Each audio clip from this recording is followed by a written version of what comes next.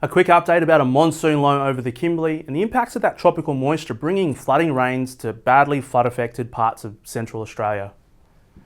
We already have severe weather warnings up in the north with monsoonal flow bringing damaging winds to the top end coast. Around that monsoon low, we've got destructive winds, which is a category above the damaging, so gusts in excess of 125 kilometres an hour are possible in that area.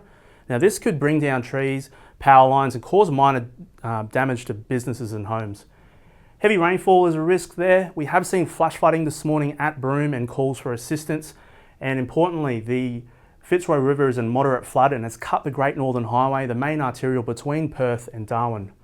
Down and outback South Australia, we've got heavy rainfall on the forecast there, but also intense rainfall occurring. Now this brings the possibility of life-threatening flash flooding within that area today and into tomorrow. It's important in that area, it's seen some very recent catastrophic impacts to the transport infrastructure there with complete severance of the road and rail infrastructure from Adelaide through to Darwin. So what's fallen? Most of the rainfall has been around that monsoon low, with Broome on 238 millimetres, Fitzroy Crossing on 128, and we've seen falls on around that 70 millimetre mark in the interior. Now, having a look at the forecast winds and rain, you can see that monsoon low really wrapping around quite a bit of that moisture into it, some of it getting down into central Australia and some nuisance falls for the top end.